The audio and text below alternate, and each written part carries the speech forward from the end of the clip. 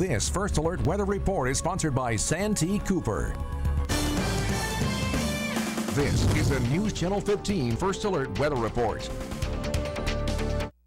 Good evening, everyone, or morning now, I guess it is. Thanks so much for joining us here at News Channel 15. We are on the air right now with our Tropical Storm Hanna coverage, and we plan to be on the air until the threat has passed. Yeah, we have reporters up and down the Grand Strand as we have all evening, and as we've been saying all evening. Midnight, obviously the hour that we were watching most closely, largely due to the fact that we have high tide going on along the coast, plus that storm surge being created by the winds of Tropical Storm Hanna. Yeah, let's find out exactly what Hanna is doing right now from First Alert Chief Meteorologist Ed Piotrowski. Ed, earlier we actually saw a tropical storm force gust in North Myrtle Beach. What are we seeing right now? We are still seeing wind gust up at that level, especially on the north end of the Strand, and I'll show you live pinpoint weather net in just a moment. Our first stop, though, is going to be with live Doppler 15,000. Bands of showers and storms continue to rotate ashore. Let's begin our tour here in Horry County, where at least along the Grand Strand, the heaviest of the rain has rotated inland. Still some fairly heavy rain coming down in Loris, heading northeast into Columbus County. This activity is rotating to the west as well. The western half of the county, from Greensea and Floyd's all the way down to Aner, still seeing some moderate to heavy downpours at this point in time. And remember, we have a tornado watch in effect until 5 o'clock in the morning, but I have not seen any indication of rotation with any of these showers and storms that are moving through. And as the center becomes a little bit closer to us and moves to the east of us, our threat will go down considerably here over the next couple of hours. Meanwhile, some very heavy rain still rotating through eastern parts of Williamsburg County, from Kingstree to the west of Andrews, up near Johnsonville. This is rotating west as well. The very heavy rain that was over Georgetown County has moved out of the county, but still some pockets of moderate to occasionally heavy rainfall now. In fact, all of 701 in Georgetown County seeing rain. That's the case from near Pawleys Island down to Georgetown as well. Some moderate to heavy rainfall. And of course, the entrance to Winyah Bay also seeing quite a bit of rainfall. Let's show you what's happening across the PD. By far, the heaviest rain now is located over the eastern half of Florence County, from Florence and Quinby down to Hanna and Pamplico, down Kingsburg Way, also down toward Johnsonville. The rain is very heavy here, and also throughout much of Marion County, Marion, Mullins, Nichols, Rains, Centenary, the lower parts of Marion County seeing very, very heavy rain now, and the rain is quite heavy now in Dillon as well, from Dillon and Latta over toward Lakeview. And as we head even further to the north, even in the border belt areas, we're seeing quite a bit of rain. Some heavy bands of rain rolled through Lumberton here in the last half hour. That's in the western part of the county, from Wagram down toward Laurinburg and Scotland County, and on Highway 74 and on Highway 95, or actually High 95, as this activity continues to rotate back to the west. Now, let's go a little bit further to the south and east now and show you there is the center of Tropical Storm Hanna, still moving to the north and northeast now at about 20 miles per hour. You see this band right in through here? That is the band closest to the center here, and when this gets closer and closer to us, probably in the next hour to two, that will likely produce our highest wind gusts of the entire event until that actually passes. It may take a couple of hours to do so. So we're looking at about a 4 to 5 hour window here where the winds may actually pick up a little bit more and be at those levels for several hours before the storm begins to pull away and we see the winds come down.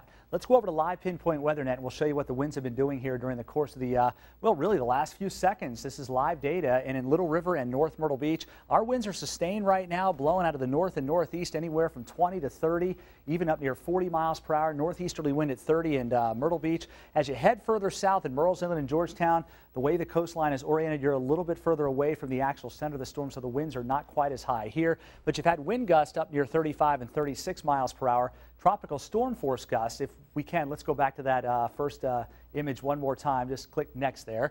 We've had wind gusts in Little River, Myrtle Beach, and North Myrtle Beach over 40 miles per hour. That, of course, is tropical storm force wind, and in North Myrtle Beach, just shy of 50 miles per hour. Winds at this level likely not going to be felt across the PD. Let's take a look at what's going on across the PD right now. Really not bad at all. The winds out of the north and northeast, 5, 10, 15 miles per hour. Wind gusts between 25, almost 30 miles per hour. And they may not get much higher than that. Over the next 2 or 3 hours, you may see the wind pick up just a bit. You could have a wind gust to 35 or 40, but that should be about it for the PD. Let's take a look at the buoys now. Sustained winds out at Edisto Buoy, 38 miles per hour, 43 at Frying Pan Shoals.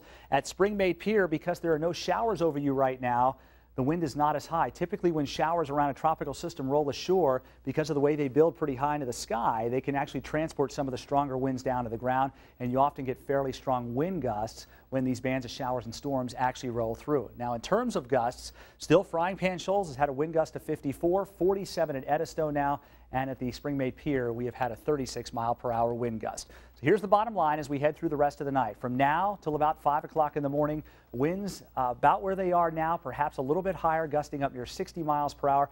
Rainfall totals anywhere from 3 to 5 inches, and we're going to come back in a little while to show you just how much rainfall has come down in many locations. And minor coastal flooding is certainly a real threat, especially now and around the time of high tide. We have seen that in Georgetown, where flooding is occurring on Highway 17 in the city. Now that's pretty typical even with a nor'easter for the city of Georgetown. We've also read reports of trees down on Highway 521, a couple there. And of course, areas like Garden City and Little River that in a typical winter nor'easter can flood. That's going to happen with this storm as it continues to move to the north. So remember that as the evening goes along and as the overnight hours go along, because simply there will be some flooding in some of those low-lying areas. Now, as we head further inland, not a bad night. I'm sure a lot of you are going to go to bed and not even think about a tropical storm coming through. The winds 25 to 30 miles per hour, could occasionally gust to 45, that well east of I-95. Rainfall totals 1 to 3 inches, and especially in parts of Marion and Florence counties, you may see maybe 4 inches of rain from this particular system, but not the flooding rainfall that we had back in 1999 when Hurricane Floyd came through, over 20 inches of rain in Horry County alone. So that's where things stand right now. We'll keep an eye on Live Doppler 15,000, Live Pinpoint WeatherNet, and of course have some of those rainfall totals for you coming up a little later on. All right, Ed, thank you very much. The center of attention for the past several hours that we've been particularly concentrated on is the Little River area, the north end of the Grand Strand, where we suspected that Hanna would have its biggest raft. Yeah, News Channel 15 has crews up and down the Grand Strand. We're going to go right now to Joel Allen, who is live tonight in Cherry Grove. Joel? Jim and Allyson, we still don't have that heavy rain that we had earlier this evening, but we certainly have tropical storm force winds that have really started to kick up here over the past hour or so. We had reports earlier tonight of scattered power outages, temporary power outages here in the Cherry Grove area, and I know the folks back in the control room at the TV station are going to hate to hear me say this, but we actually had some lights flickering here at the Prince Resort earlier on tonight. I don't want to panic anybody. We're still here, we're still on, we're going to stay here, but we had some lights flicker on and off just a little bit. Hopefully that is not a bad omen. One thing that never ceases to amaze me are the curiosity seekers, those folks who really feel that they have to get out here in this kind of weather and get their pictures taken in front of the ocean. Earlier tonight, just a few minutes ago, in fact, we had 4 or 5 folks down there by the pier behind me who were standing in front of the ocean waves taking pictures of each other. Hotel security had to go down there and say, look folks, not a good idea, why don't you head back in. The other 3 over on this side of the pier also had to be shooed back into their rooms.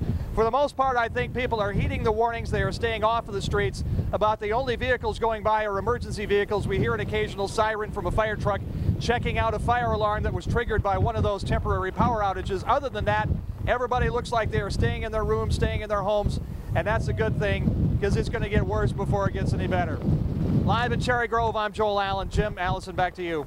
All right, Joel, thank you very much. Hey, Joel, real quick, do you happen to see the storm surge? We've been watching that. Can you look behind you? Do you see any evidence of storm surge now that high tide is here? Really hard to tell at this moment, but I earlier tonight was seeing some storm swells that looked to me like maybe in the 10 to 12, maybe even up to 15-foot region. It's really hard to tell at this point. I'm going to make a jaunt down there as close as I can get safely. In just a few minutes, we'll see what we can check out on that. Yeah, be safe out there, Joel.